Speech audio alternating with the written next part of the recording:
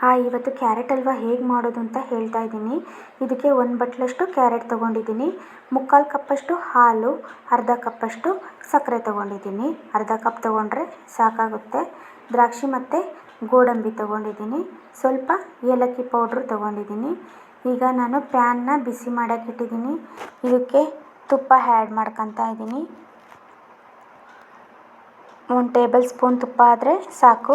ಇದರಲ್ಲಿ ನಾನು ಗೋಡಂಬಿ ಮತ್ತು ದ್ರಾಕ್ಷಿನ ಹುರ್ಕೊತಾ ಇದ್ದೀನಿ.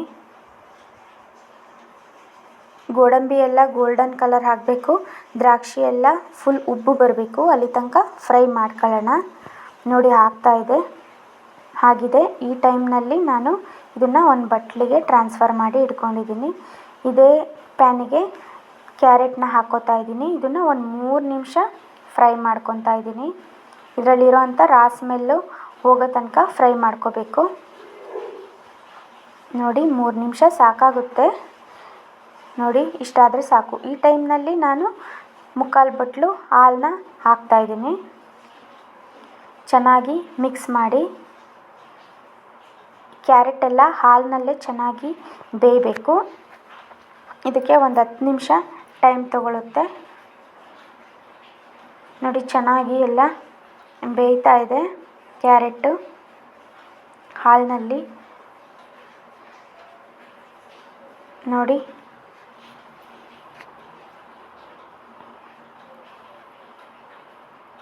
ಇನ್ನೊಂದು 5 ನಿಮಿಷ ಇದೇ ಥರ ಬೇಯಿಸ್ಕೊಂಡ್ರೆ ಅಷ್ಟೊತ್ತಿಗೆ ಕರೆಕ್ಟ್ ಆಗುತ್ತೆ. ನೋಡಿ ಕ್ಯಾರೆಟ್ ಎಲ್ಲ ಎಷ್ಟು ಚೆನ್ನಾಗಿ ಬೆಂದಿದೆ. ಹಾಲೆಲ್ಲ ಫುಲ್ಲು ಡ್ರೈ ಆಗಿದೆ. ನೋಡಿ ಇಷ್ಟಾದರೆ ಸಾಕು. ಈ ಟೈಮಲ್ಲಿ ನಾನು ಅರ್ಧ ಬಟ್ಲು ಸಕ್ಕರೆ ಏನು ತೊಗೊಂಡಿದ್ನಲ್ಲ, ಆ ಸಕ್ಕರೆ ಹಾಕ್ತಾಯಿದ್ದೀನಿ. ಇದನ್ನೆಲ್ಲ ಚೆನ್ನಾಗಿ ಮಿಕ್ಸ್ ಮಾಡ್ಕೊಳ್ಳೋಣ.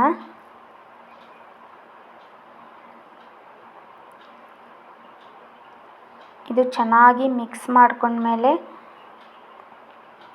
ಈ ಸಕ್ಕರೆಯಲ್ಲಿರೋ ಅಂಥ ನೀರಿನಂಶ ಎಲ್ಲ ಬಿಡ್ಕೊತ ಬರುತ್ತೆ.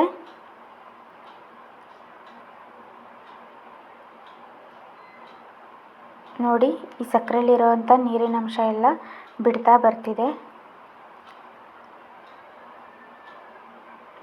ನೋಡಿ ಎಲ್ಲ ಚೆನ್ನಾಗಿ ಈ ನೀರಿನಂಶದಿಂದ ಚೆನ್ನಾಗಿ ಬೇಯುತ್ತೆ ಇದು ಕ್ಯಾರೆಟ್. ನೋಡಿ ಎಷ್ಟು ಚೆನ್ನಾಗಾಗಿದೆ. ಕಲರೆಲ್ಲ ತುಂಬ ಚೆನ್ನಾಗಿ ಬಂದಿದೆ. ಇನ್ನೊಂದು 5 ನಿಮಿಷ ಇದು ಗಟ್ಟಿಗಾಗೋ ತನಕ ಚೆನ್ನಾಗಿ ಮಿಕ್ಸ್ ಮಾಡ್ಕೊತೀರಿ.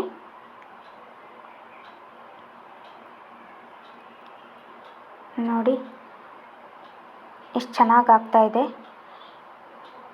ಇಷ್ಟಾದರೆ ಸಾಕಾಗುತ್ತೆ. ಇದಕ್ಕೆ ತುಪ್ಪದಲ್ಲಿ ಕರೆದಿರೋವಂಥ ದ್ರಾಕ್ಷಿ ಗೋಡಂಬಿನ ಹಾಕ್ತಾಯಿದ್ದೀನಿ.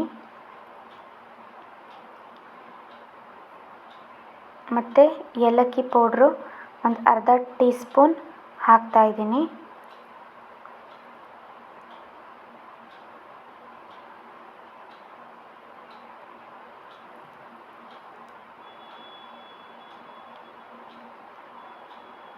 ಈಗ ಚೆನ್ನಾಗಿ ಮಿಕ್ಸ್ ಮಾಡ್ಕೊಳ್ಳೋಣ.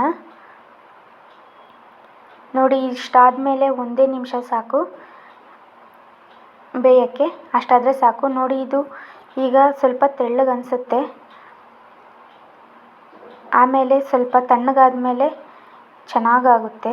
ಕರೆಕ್ಟ್ ಕನ್ಸಿಸ್ಟೆನ್ಸಿ ಬರುತ್ತೆ. ಈಗ ನಾನು ಗ್ಯಾಸ್ ಸ್ಟವ್ ಆಫ್ ಮಾಡ್ಕೊತಾ ಇದ್ದೀನಿ. ನೋಡಿ ಈಗ ಕ್ಯಾರೆಟ್ ಹಲ್ವ ಹೇಗಾಗಿದೆ. ತುಂಬ ಚೆನ್ನಾಗಿದೆ, ತುಂಬ ಟೇಸ್ಟಿಯಾಗಿತ್ತು. ನೀವು ಒಂದ್ಸಲ ಮಾಡ್ಕೊಳ್ಳಿ.